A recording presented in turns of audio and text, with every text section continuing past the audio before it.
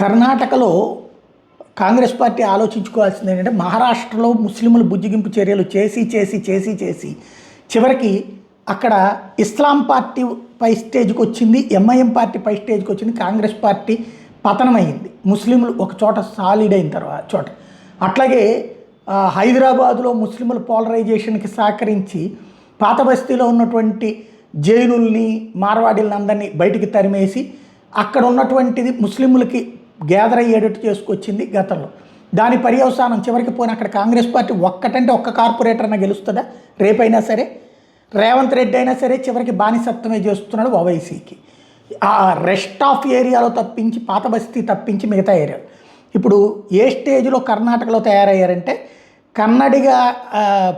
కర్ణాటకకి సంబంధించినటువంటి పునీత్ అనేటటువంటి కుర్రోడు ఎవరైతే హిందుత్వవాది బంగ్లాదేశీయుల్ని కర్ణాటక నుండి పంపించేసేయాలి, బంగ్లాదేశ్కి పంపించేయాలని డిమాండ్ చేసినందుకు గాను అతన్ని అరెస్ట్ చేసినటువంటి సంఘటన సంచలనం సృష్టిస్తోంది. ఇప్పుడు ఈ విషయం మీద పెద్ద ఎత్తున చర్చ జరుగుతోంది. ఏ స్థాయికి దిగజారుతున్నాయి అక్కడ పరిస్థితులు అన్నటువంటిది.